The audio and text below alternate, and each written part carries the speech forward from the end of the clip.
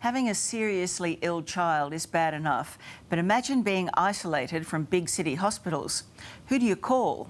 Well, you contact Little Wings. Julian Bertoni has flown the biggest planes all over the world.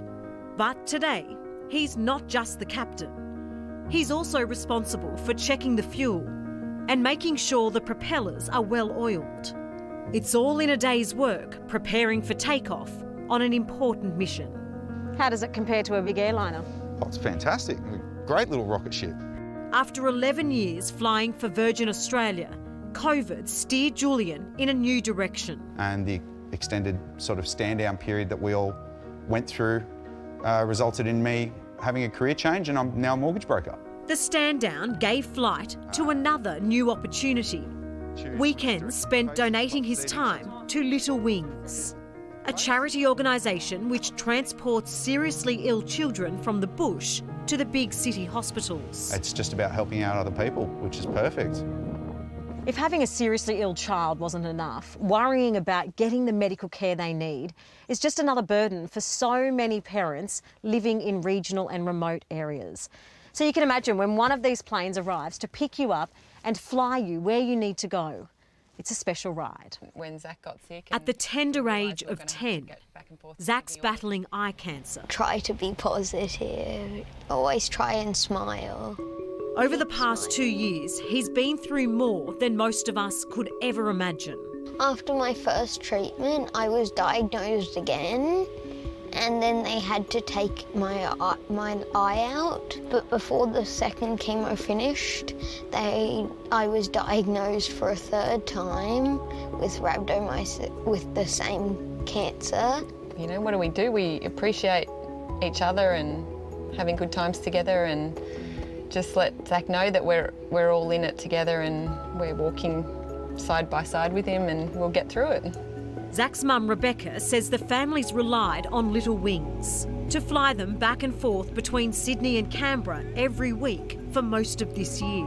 Little Wings has been a real saviour in that regard, that it's just taken this weight off us and really made a huge difference. And always a happy face to greet us. They're always really nice, and they'll help us get from one place to another. It's just amazing. As amazing as the connections made between the pilot and his passengers. We had a little person who had been in hospital for a very long time and had his arm amputated, and we got to fly him home for his Year 6 farewell and formal. And he said, you know, I'm a bit nervous. He said, but I am flying in my own jet. Claire Pearson is the Little Wings CEO. One of the pilots actually said to me that whilst it was a big mission flying to LA and Dubai and all these fancy places, he said in some ways it's a bigger mission here at Little Wings. A mission that is growing by the day. Today we're on board with 4 specialist doctors bound for Tamworth. The disparities between, metropolitan Sydney versus out in the bush, regional, rural or remote, is like going to another country almost. The doctors contacted Claire during lockdown, but this time they needed help.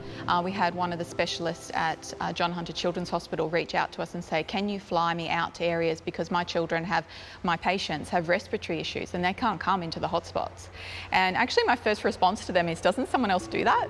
Having always depended on commercial flights, Dr. B and his team, who fly in and out of the specialist clinic, were left stranded. It's not just the doctors who would miss out, it's the patients at the end of the day. Without them, we would have to cancel more than 80% of the clinics or do them completely via telehealth. Yeah, I think I would say they were a lifesaver for not just the region, but also the clinic itself.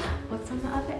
As a neurologist who needs to physically examine her patients, Dr. Julia Thompson hates to think what could happen if Little Wings didn't come to the rescue. 121 people are booked over the next 3 days, and that's between just 3 of us.